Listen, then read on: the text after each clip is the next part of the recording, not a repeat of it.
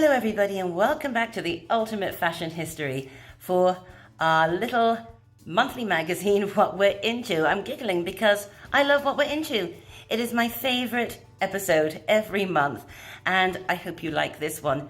Talk about eclectic. I'm so excited. Let's have some March Madness. Well, after such an exuberant introduction, you're probably wondering if I'm going to mention the elephant in the room. Well, of course I am, and we all know what that elephant is. Let me just take this opportunity to say that I hope you're all doing okay. I hope you're all well. Those of you who are stuck at home, I hope it isn't too frustrating. And I especially want to say that I'm thinking about and concerned about those of you who possibly had to be temporarily laid off work during this crisis. Having a financial worry on top of everything else is really a lot. These are very strange times we're living through, right? And there might be one or two of you out there who are thinking, yeah, Halle, they are hard times, so what are you doing? Launching a What We're Into? Well, this is the way that I see it. They continued making movies in the 1930s throughout the Great Depression. They continued making movies throughout World War II, like my favorite movie, now Voyager. I think in difficult times there is a special need for diversion, and so it's business as usual on the Ultimate Fashion History. In fact, I'm going to try to upload more videos than I usually do. Those of you stuck at home, you might appreciate a little bit of diversion in your day, and it would be an honour for me to keep you company. So, what are we into? Well, last month there was the Fall 2020 collections in London, Paris and Milan, and I've got to be honest, I wasn't crazy about the collections as a whole, but what I liked, I loved. Like La Double J, I absolutely loved their collection for fall.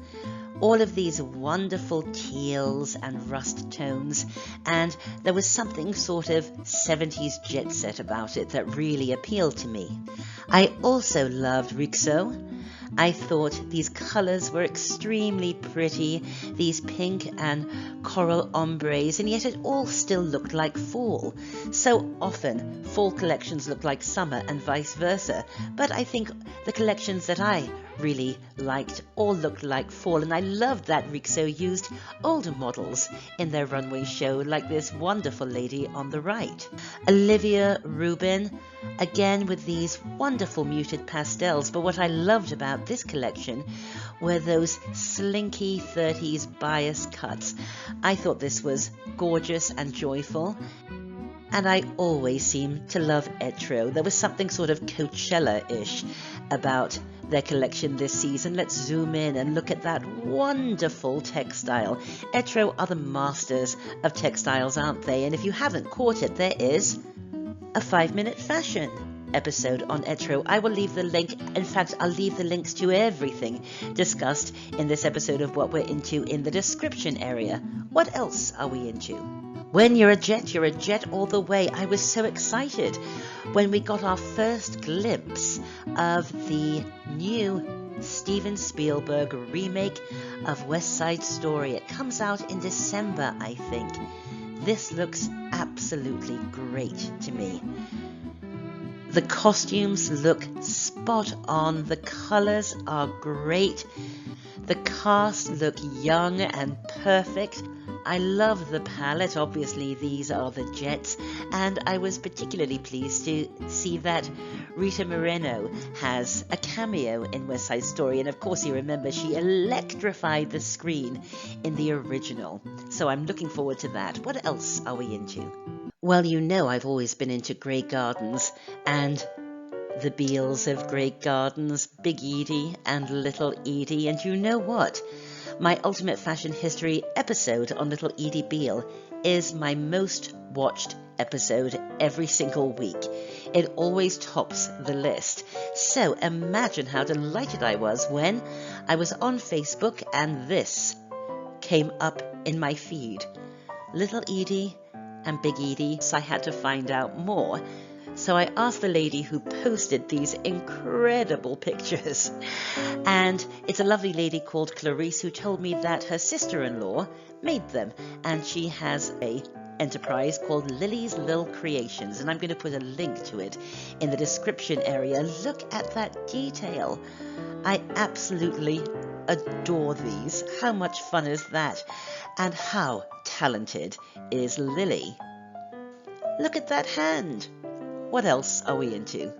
Well, I only just learnt about the following thing I'm into last week, and I'm sort of ashamed that I didn't know about the Selknam tribe before, the Selknam tribe.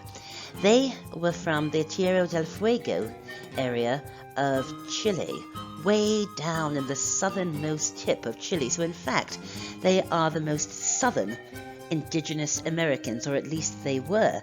Unfortunately, they were victims to a terrible genocide, but not at the time of the conquistadors. In the late 19th century, up until the 1920s, utterly shameful and so tragic. Take a look at their ceremonial presentation here. Red paint, red dye, polka dots, stripes. It is so striking, so unusual. I hadn't seen anything remotely like this in the Americas, and it just grabbed me visually so much. In fact, it rather reminds me of the sort of thing that Lee Bowery might wear. And you know what? If you don't think that any of this could inspire Runway, take a look at him. And one of the most interesting aspects of the Selknam story is that although this tribe are centuries and centuries and centuries old as the Inca, in fact, because it took so long for them to be discovered and then destroyed, we actually have photographs of them. Of course, the photographs are black and white, but we know from accounts of this bright red that they worked in. Absolutely extraordinary. What else are we into? Well, you all know I'm going to be into this. Cooper Hewitt in New York are about to hold an exhibition of the work of Susie Zuzek. And you all know what she's famous for. Of course, Susie Zuzek was the print designer for Lilly Pulitzer. Classic Lilly Pulitzer. And Lilly Pulitzer is all about the print. So I'm really looking forward to that. You may have seen this already. I loved it. Okay, you know those sort of dry safety videos they make you watch when you get on an airplane. Not that we will be getting on an airplane this month, I don't think, but you know what I'm talking about, where they show you how to do your seatbelt up and how to get out of the aircraft in case of an emergency, that kind of thing. Well, get this. This year, Qantas Airlines from Australia celebrate their 100 years. And so instead of doing one of those dry videos or getting the cabin crew to demonstrate, what Qantas have done, they have made a 5-minute safety video that goes through 100 years of Qantas. But it doesn't use actors. It uses cabin crew, pilots, engineers, desk staff from Qantas, and it is charming and so well done. It goes through the 20s and the 30s, and you can see here the little bit where they tell you how to adjust your safety belt is in the 1930s section. And look at that wonderful dress. It goes through the 40s. It's absolutely charming and fantastic. Here is a segment from the 50s. It is so much fun and beautifully done. The hair and the makeup and the costumes are absolutely perfect and spot on. I got strangely emotional watching it. It was so great, and it has an absolutely fabulous ending as well. And of course, I'll leave a link to it. What else are we into? Just for fun, check out the Postmodern Jukebox. You know those folk, that wonderful orchestra and singers who take modern songs and do them in a 20s style or a ragtime style or a swing style. Well, this month or last month, they did the theme tune to Friends through the ages, from the 20s all the way until today, every different kind of musical style, and it finishes with the Rembrandts joining them. And of course, the Rembrandts were the band who originally did that theme song, da da da da da da da da. Sticking with music. Well, I cannot believe I hadn't heard of these kids until last week. The Langley School's Music Project. I know that there are some of you out there who know exactly what I'm talking about and why I'm including it here. Okay, it's the 1970s. It's Canada. And this young man, who was called Hans Finger, what a fabulous name, he was somehow tasked with being the choir master for a handful of elementary schools. Now, Mr. Finger was a musician, but he had no idea what children's music was. He admitted himself. He said he didn't know how to teach children how to sing. He didn't know what was specifically child-friendly in terms of children's songs. And so he gave these kids songs that a young man in his 20s and the 70s would enjoy. David Bowie, The Carpenters, Wings, and you really haven't lived until you hear a bunch of 10-year-olds sing Space Oddity. But what's so charming about all of this is that these kids are so enthused. It's excellent. In the early 2000s, the recordings that Mr. Finger made of his choirs were put together in a compilation, the Langley School's Music Project, Innocence and Despair. But there's nothing despairing about it. It's really charming and innocent and delightful, but also rather funny. What else are we into? I am utterly obsessed with going onto the internet and looking at vintage restaurant postcards. Do you remember when restaurants used to give out postcards for you to send back home or keep as a souvenir? These are fabulous. I'm enjoying them so much. Look at that. What is going on there? Look at those seafoam and gold palm trees. Look at that sort of trompe l'oeil city or palace, or what the heck is going on there. I adore it. Look at this. You almost expect Dolly Levi to come dancing out of the kitchen. It's fabulous. I spend hours just looking at the detail. Look at those tablecloths. They could have done a bit better, I think. And, of course, I love the clothes. Let's just zoom in on this lady here. What is she wearing? I love it. Funnel neck. I love my funnel necks. Check this out. I know, right? Yes, I'll start with a shrimp cocktail, and then I'd like the life vest. That's insane. And can we just zoom in on this lady's hat? So fantastic. You should really check these out. Just go to Google, type in vintage restaurant postcards interiors, and you'll have a good time. See, I'm wasting my time to help you waste yours. What else are we into?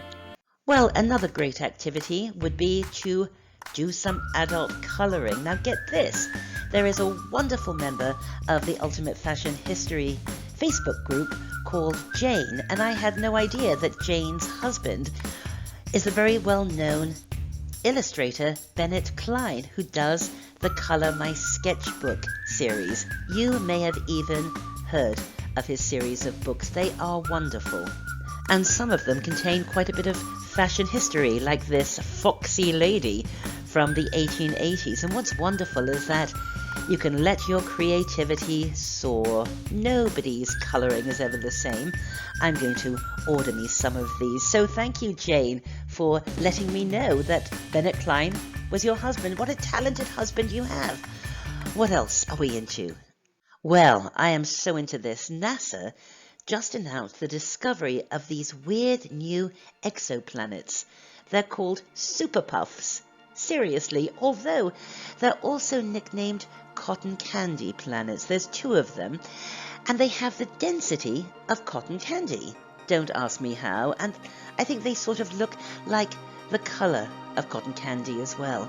I love the Super Puffs. I know that sounds like a breakfast cereal, but if all planets were this fluffy and pretty, I think we'd live in a very jolly universe. What else are we into? Well, those of you who watched last month's What We're Into, you probably remember that I was pretty broken up about the passing of Django, our beautiful boy, who had been my shadow for about 10 years. Well, as you can imagine, the house was very sad, and so, because we had a lot of cat toys and a lot of love in our hearts, we adopted these two scallywags. They came from different foster homes. They're 9 months old. As soon as they met each other, they became involved in the biggest bromance you have ever seen, and we decided to call them Louie and Bo. Let me just quickly tell you about them. Lovely Louie is jet black, all but for that little white tuft on his chest, but you see, he needs that because that's how the aliens get in. That's his portal. He's very, very sweet. He's still a little bit shy. He's got a stubborn streak, and he reminds us quite a bit of Night Fury from How to Train Your Dragon. Bo, on the other hand, is the big I am. He is bossy. He is pushy. He's a little bit bullying to Louie. Basically, Louie is his valet. He is so funny, so affectionate, so soft. Beautiful Bo has extra toes. Look at those big mountain lion paws. This makes him a Hemingway cat. That's what they're known as, because you'll remember all of Ernest Hemingway's cats in Key West have extra toes. And Bo and Louie and Bo, they have really put some joy back into my heart after Django's passing. I already love them so much. Look at those faces. What else are we into? Ooh, have you seen this on Netflix? It's not what you think. It's called The Most Dangerous Animal of All, and it's based on the story of this book. This gentleman here, called Gary L. Stewart, was left in a stairwell by his father when he was a baby. He was adopted by a lovely family, and then when he was older, when he was 39 or 40, he started to track down his biological parents and came to the rather odd conclusion that his father was the Zodiac Killer. You know, the Zodiac Killer from San Francisco who has never been found. This is a 4-part series, I think, but it's not about the Zodiac Killer. It's about all sorts of other things. It's about a sense of belonging. It's about needing to feel that you have parents, even though your parents might be the most awful people in the world. It's about veracity in non-fiction. It's about believing what you want to believe. It's so well done, and I highly recommend it, as we're all sitting at home binge-watching anyway, right? What else are we into? Going back to outsider music, I watched this fantastic documentary on YouTube. I'll leave the link about this lady. She was called Delia Derbyshire, and I'm sure many of you have heard of her. And she worked for the BBC Radiophonic Workshop in the 1960s. The Radiophonic Workshop, of course, produced all of the sound effects for the BBC. Delia was actually a mathematics graduate from Cambridge, and she took a sort of mathematical approach to music, and most famously, she produced and created the sound for the Doctor Who theme. We all know how that goes. Anyway, Delia Derbyshire is credited with being the inventor of electronic music.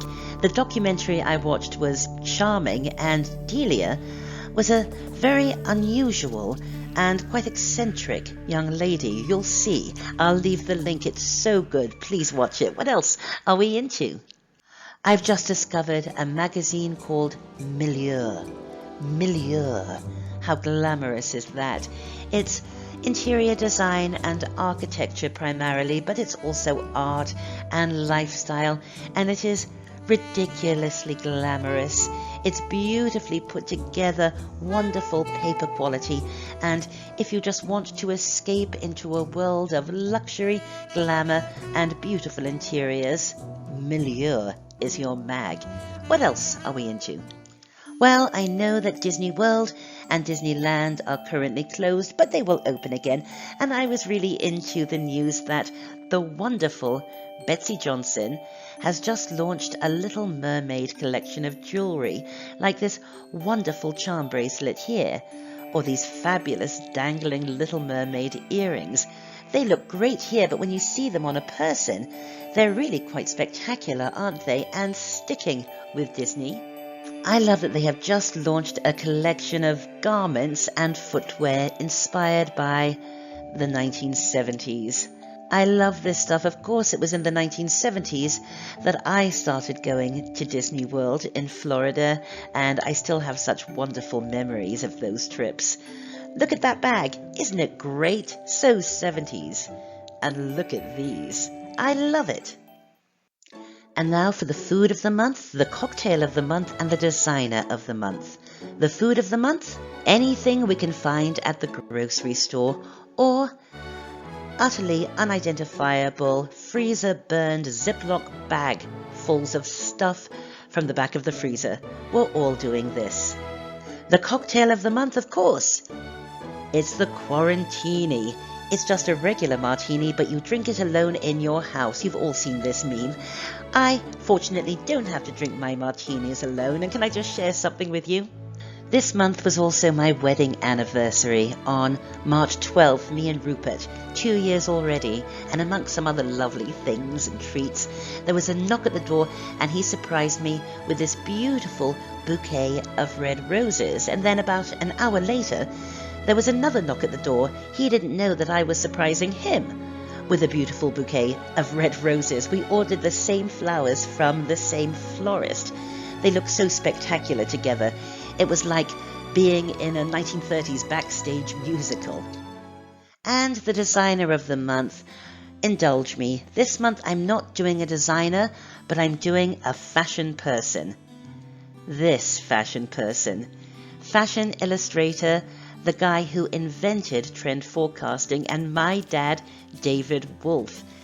My dad turned 79 on March 14th. Happy birthday, Dad. And let's just remind ourselves why I love Dad. Here are some of his illustrations from the 1970s. And here are some of his paper doll books, because in his retirement he's become quite a beloved paper doll artist with legions of fans. But here's the thing. People might be familiar with his professional work, his commercial work, but they seldom get to see his private artwork. And here are some of my favorite David Wolfes. A couple of years ago, for Christmas, he did a portrait of me, and I absolutely love it, and it is said to be a likeness. It hangs in the bedroom on the wall opposite his 1973 portrait of my mother. I'll zoom it in there for you. Isn't it beautiful? So I'm on one wall facing my mother on the other wall, so she and I are perpetually facing off against each other as we did in life. But my all-time favorite piece of David Wolfe art is this one. I guess he did it in the mid or even early 1970s. It's a self-portrait of David Wolfe as a little boy in Ohio, and I'll zoom it in so you can see what's going on there. There's my dad in industrial Ohio of the early 1950s, sort of living in a bubble, and you can see there's his little puppet theatre down there in front of him that he made himself, a book because his escape was reading, and then if you look in the background over the rainbow, there's New York. I love this so much, and I was so thrilled that when he moved to Palm Springs a couple of years ago, he said, I'm doing minimal, mid-century modern, and I got to have this, and it now hangs on our dining room wall. So, happy birthday, Dad. I hope you enjoyed this episode on the Ultimate Fashion History. You can contact me through my website or email. I'll leave the links to both in the description area. Join our Facebook group. I'll leave a link to that as well. Like and subscribe. That's what they say, isn't it? Until the next time, thanks ever so much for watching and have a great week. Bye for now.